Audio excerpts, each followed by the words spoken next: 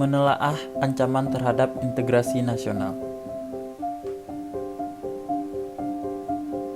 Dari mana sih ancaman itu datang? Ancaman bagi integrasi nasional tersebut datang dari luar negeri maupun dari dalam negeri. Ancaman tersebut berupa militer atau non-militer yang mengancam pada berbagai dimensi kehidupan seperti ideologi, politik, ekonomi, pertahanan dan keamanan, dan sosial budaya. Agar tidak penasaran, yuk simak videonya.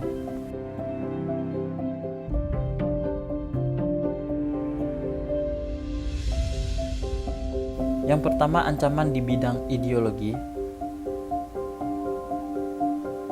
Pancasila sebagai sebuah ideologi bangsa Indonesia masih rawan terhadap berbagai ancaman.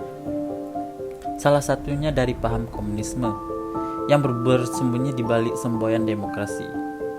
Wacana yang menyatakan pergantian ideologi Indonesia dari Pancasila menjadi paham komunis ditolak dengan tegas, tetapi jika tidak segera diatasi, bukan tidak mungkin komunisme akan kembali lagi.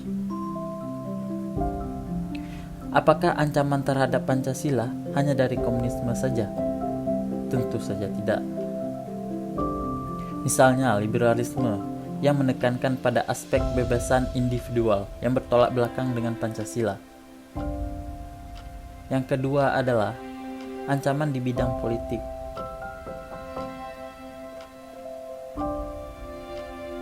Ancaman di bidang politik bersumber dari luar dan dalam negeri.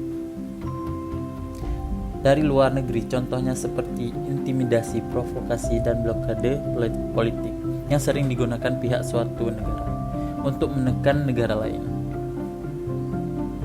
Dari dalam negeri yaitu berupa penggunaan kekuatan dalam bentuk pengerahan massa untuk menumbangkan pemerintahan yang berkuasa.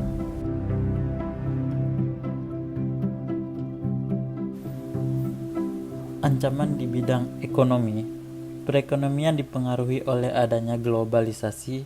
Ikut pengaruh negatif globalisasi ekonomi, Indonesia akan dibanjiri barang-barang dari luar negeri. Cepat atau lambat, perekonomian akan dikuasai asing, serta penyerapan tenaga kerja dengan pola padat karya semakin ditinggalkan, sehingga angka pengangguran dan kemiskinan merajalela.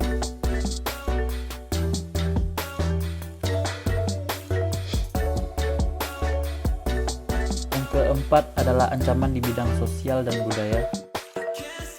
Ancaman yang berdimensi sosial budaya timbul akibat pengaruh negatif globalisasi, seperti munculnya gaya hidup konsumtif yang selalu membeli barang dari luar negeri. Lalu munculnya sifat hedonisme, yaitu kepuasan dan kenikmatan pribadi, dianggap sebagai suatu nilai hidup tertinggi, misalnya mabuk-mabukan, foya-foya, dan lain-lainnya. Selanjutnya muncul sikap individualisme, yaitu sikap mementingkan diri sendiri tanpa memikirkan orang lain. Dan selanjutnya yaitu memudarnya semangat gotong royong dan solidaritas, kepedulian, dan ketidakkawanan sosial. Munculnya gejala westernisasi, yaitu gaya hidup yang berorientasi kepada budaya barat tanpa diseleksi terlebih dahulu. Yang kelima dan terakhir adalah ancaman di bidang pertahanan dan keamanan. Wujud ancaman ini berupa ancaman militer yang membahayakan kedaulatan negara. Ancaman militer berupa agresi, pelanggaran wilayah, pemberontakan bersenjata, sabotase, spionase, dan lain-lain. Agresi dan pelanggaran wilayah adalah ancaman yang peluang terjadi cukup tinggi karena Indonesia memiliki wilayah yang sangat luas.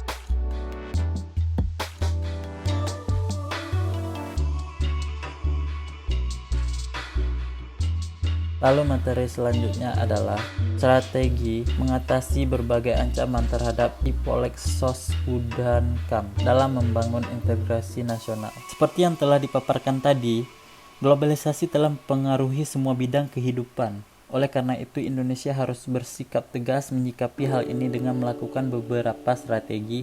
Berikut adalah strategi yang dilakukan Indonesia.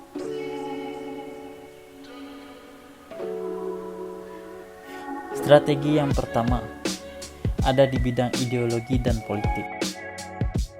Ada 4 hal yang harus dikedepankan, yaitu demokratis, kebebasan, keterbukaan, dan HAM.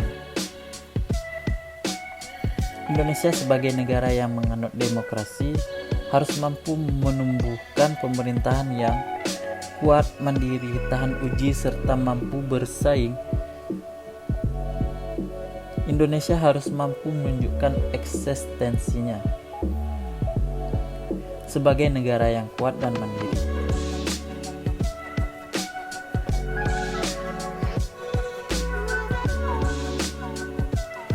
Strategi yang kedua ada di bidang ekonomi.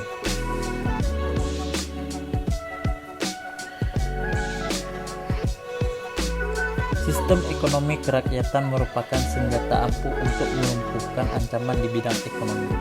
Untuk mewujudkannya, maka harus melakukan hal-hal berikut. Yang pertama, memperkuat produksi domestik bagi pasar dalam negeri sehingga memperkuat perekonomian rakyat. Yang kedua adalah pertanian dijadikan prioritas utama karena mayoritas penduduk Indonesia adalah petani. Yang ketiga adalah harga-harga terjangkau. Yang keempat, tidak bergantung pada badan multilateral. Yang kelima, bekerja sama dengan negara sahabat. Strategi yang ketiga di bidang sosial dan budaya. Strategi mengatasi ancaman di bidang masalah ini, kita bangsa Indonesia harus berusaha memelihara keseimbangan dan keselarasan fundamental, yaitu keseimbangan antara manusia dengan alam, manusia dengan masyarakat, manusia dengan Tuhan. Keseimbangan, kemajuan lahir dan sejahtera batin, melestarikan budaya serta hidup berbhinneka tunggal ika. Strategi terakhir adalah bidang pertahanan dan keamanan. Undang-Undang 1945 telah mengatur strategi pertahanan keamanan bangsa Indonesia dalam mengatasi ancaman militer tersebut.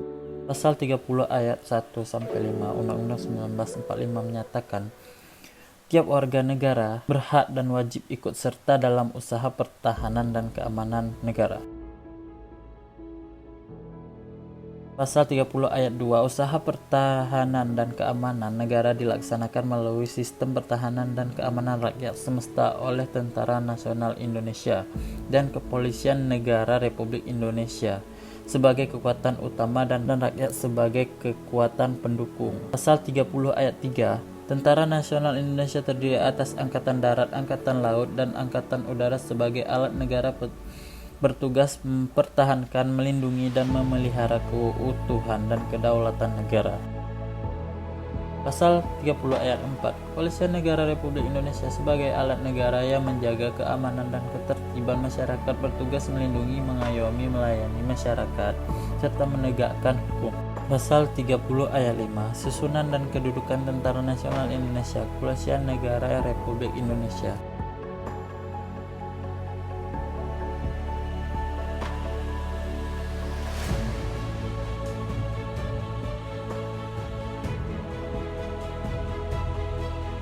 Ketentuan berikut menegaskan usaha pertahanan dan keamanan merupakan tanggung jawab seluruh warga Indonesia. Demikian pembahasan tentang mewaspadai ancaman terhadap kedudukan negara kesatuan Republik Indonesia. Terima kasih telah menonton dan sampai jumpa.